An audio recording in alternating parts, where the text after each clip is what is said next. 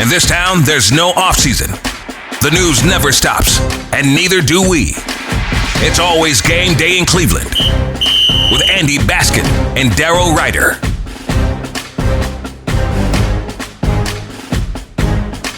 It's always game day in Cleveland, the post-game edition. He's Daryl Ryder. I'm Andy Baskin. The Browns lose the Battle of Ohio to Cincinnati, 21-14. The score really doesn't even reflect anything that's going on around the game. The game wasn't that close to begin with, and then the storyline concerning Deshaun Watson, his Achilles injury, the fans, that will be the big story going out of this game. Unfortunately, because Nick Chubb's return should be the big story. Even in a loss, it should be a big story. But, Daryl, let's go back. First, let's talk about the injury itself. Deshaun Watson, clearly it looked like an Achilles injury. So you tell me where we're at on this thing. Yeah, it is an Achilles rupture, the Browns fear, which means this season will be over. Kevin Stefanski told us he will undergo testing on Monday to confirm that injury, but the fear is, in fact, it was a ruptured Achilles. You could see on the replays that CBS was broadcasting the game. Anytime you see that lower calf twitch, the way it did, as Watson was, after dropping back in the pocket, it looked like he was getting ready to tuck and run. And as he began to step forward, his lower right leg there, you could really see that twitch in the lower calf, which is usually an indication of an Achilles rupture there. So it was pretty apparent immediately. Watson was on his knees, bent over for several minutes. His trainers came out to tend to him. And certainly it didn't take anyone long to realize the severity of the injury. The entire Browns bench emptied. The Cincinnati Bengals all took a knee. So it is more than likely that Deshaun Watson's season is over, albeit a disappointing. The 6+ games that he was on the field from a performance standpoint. But this really, kind of sets us back to years gone by because before the game, we had a backup quarterback change, and that was Dorian Thompson-Robinson and not Jameis Winston was the backup quarterback, but Winston was the emergency quarterback and officially inactive, but DTR banged his finger on his throwing hand. They're going to see how that looks and feels on Monday as well. So they had to go to Winston in the fourth quarter as the emergency quarterback. And stop me, Andy, if you have seen this. It's Kevin Stefanski having to deal with 13, 14 quarterbacks at a time. I mean, if there's one head coach that can deal with that, it's Kevin Stefanski. It'll be interesting to see what the Browns do. It'll be interesting to see who the starting quarterback is next week. We'll see how severe this injury is for DTR. Take us back to the beginning of this, though. Why was DTR the backup quarterback? Why wasn't Jameis Winston the backup quarterback? And, he touched on that after the game. Yeah, Kevin Stefanski told us after the game that there was a package of plays that they had in there that they potentially wanted to use DTR for, and that's why they made the flip. Ultimately, they really didn't get to that package, hang on. Maybe they did when DTR came on the field, but that's basically why the change was made, because there was a special package that Stefanski wanted to use. All right, let's get to the bigger story on this, too. The players were extremely upset after the game because they felt that fans were cheering Deshaun Watson's injury. Is that the best way to just kind of sum it up in a second? Yeah, I mean, the locker room was incensed. It actually started with Myles Garrett. In fact, we spoke to Myles Garrett before we spoke to Kevin Stefanski. Usually Kevin talked first before anyone. But Myles came in the media interview room first. Kevin was second. And Myles just basically came out and said that it was, inexcusable the way the fans reacted, regardless of how you feel, how he was performing on the field, regardless of anything that might have happened off the field. You don't cheer or celebrate an injury to a player who is putting his body on. No matter what team. Right. And that was the theme within the locker room. Greg Newsome used some very colorful language. He said it was BS, and he said that about 10 times within 30 seconds. The way the fans reacted, Jameis Winston had about a 2-minute plus monologue on the situation. In the reaction of fans. Joe Bitonio wasn't crazy about the fan reaction. He did say, hey, look, I get it, fans obviously have the right to cheer and boo in any fashion that they see fit, but it is not a great look when, fans are seemingly pleased that a player got injured. And look, Andy, I mean, it's certainly hard to argue that, right? Oh, yeah. Criticizing performance, which obviously is something we do on a daily and weekly basis, that's certainly fair to tell you that there's never been one day where I've wished an injury or wished that even on players that I don't like or hate, or you just don't wish injury on anybody. I mean, it's their livelihood. It is everything they do, and every other player that's out there sees that, and they all know that they're a fraction of a second away from maybe perhaps being in the same position. So when you hear the players sound like they're a little bit more passionate about this kind of a situation, it's because I think there's a sense of reality for these players, and I think we see it because we see it every day.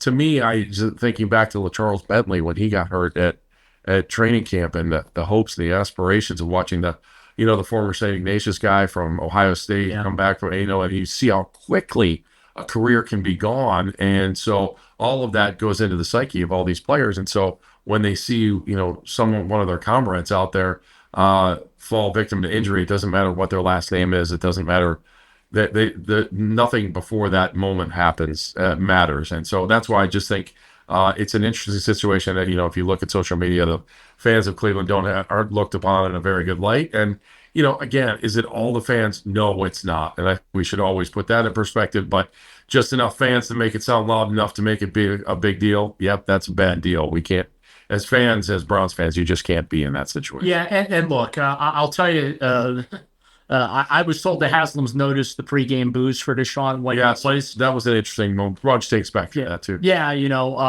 Deshaun Watson was introduced right before Nick Chubb, and he was booed loudly, and the Haslams definitely heard the fans' displeasure there. And again, that's fair. I mean, there's no issue there. And then obviously this is pregame though. This is pregame.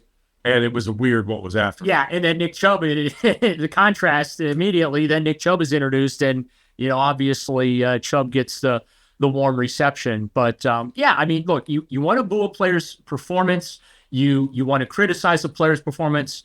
Absolutely fair. I mean, it's it's fans' hard-earned money that they're investing to come to these games, and this is entertainment. But as the basic theme from the locker room is yes.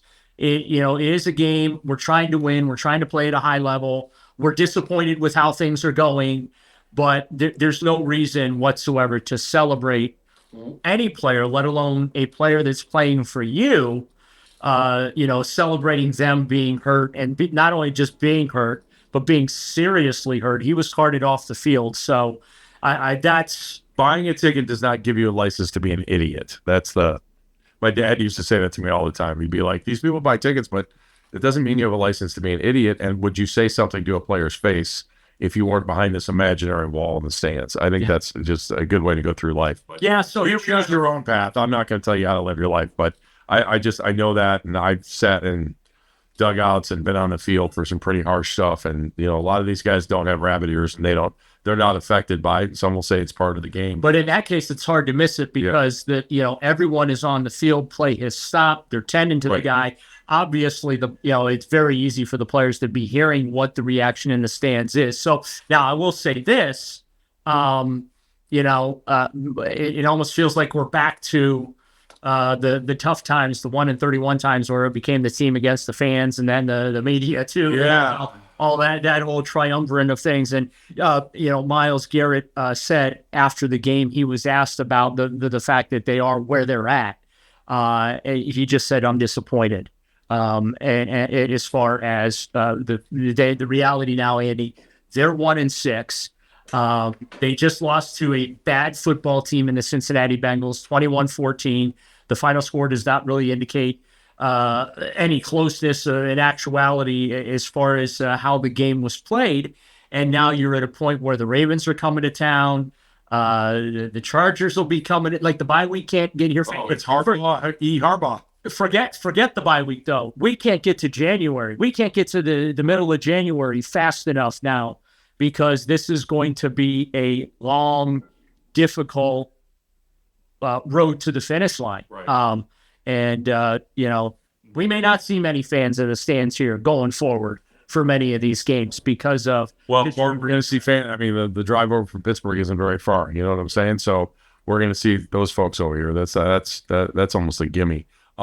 let's talk about something positive. Nick Chubb came back today. He scored a touchdown, 11 carries, 22 yards. Kind of reflecting, I thought Kevin used him the way he always uses him. You know, if you go back and look over the last 2 seasons, there's a mark of like 17 carries that the majority of the games that he has played in the last couple of years, not obviously since he got hurt, but before that, it was like 17 carries or less, or it would be a game where they used him 22, 25 plus. So, you know, this fell into what was the majority. If you go back 2 seasons ago, I think he had 10 of the 17 games and a 17-game schedule where he was 17 carries or less. So I think this is kind of reflective of the way Kevin wants to run the running game no matter what. But by the same token, I don't know that he needed to be out there for more than 15 carries anyway. You got to ease him back into this thing. And I'm sure that he was nervous before he took his first hit. But as everyone I've talked to has played the game says, you got to get that first hit so you can feel a little bit better about being a football player and going, okay, this injury isn't going to hamper me anymore, and I'm moving forward. Yeah, and you know, that was part of the reason that you didn't see a lot of Nick Chubb in the second half as well. So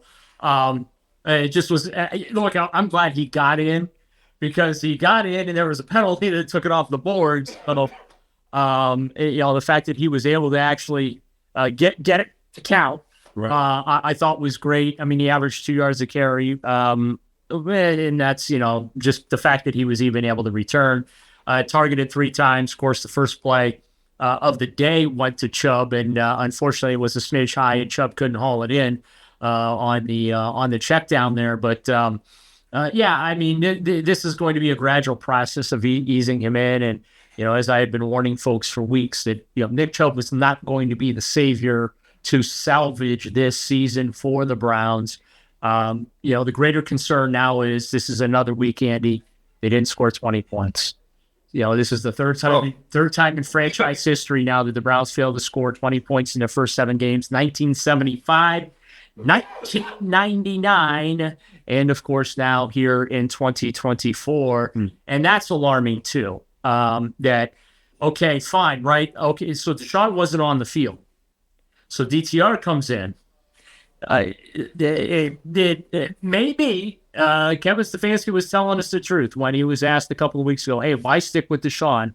And Kevin said, hey, he gives us the best chance to win. Well, I laughed and mocked Kevin for that, and I might have to wear it. Because Kevin, you know, Jameis telling the truth. But Jameis did lead them to a touchdown at the end of the game. Yeah, the game was over.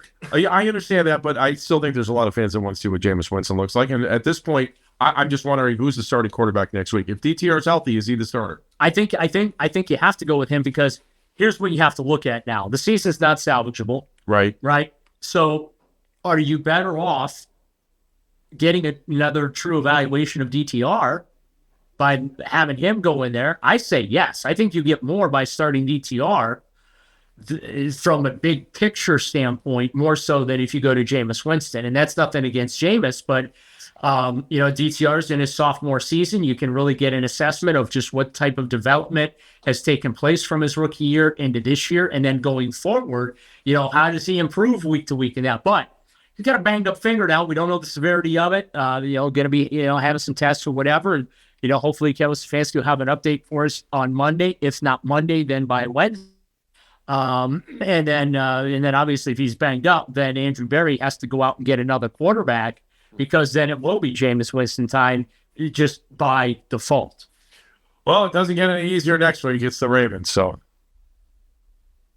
Oh, I'm sorry. Were you looking for something profound to come out of my mouth? I wasn't. I was just going to say goodbye with that. We want to remind you we're brought to you by Bryant and Smiley One. Smiley One, our good friends at Smiley One, and Bryant, Northeast Ohio's premier heating and cooling solution. So we'll talk to you middle of the week. Make sure you're looking out for Daryl's Browning Bites throughout the week, too. We'll be back for postgame next week. The Browns are home for the next 2 weeks with 1 o'clock kickoffs. And that might be the norm for a lot of the season when we're moving down the road. It's always, for Evan O'Brien. Thank you, Evan. We appreciate you. For Evan O'Brien, it's always Game Day in Cleveland.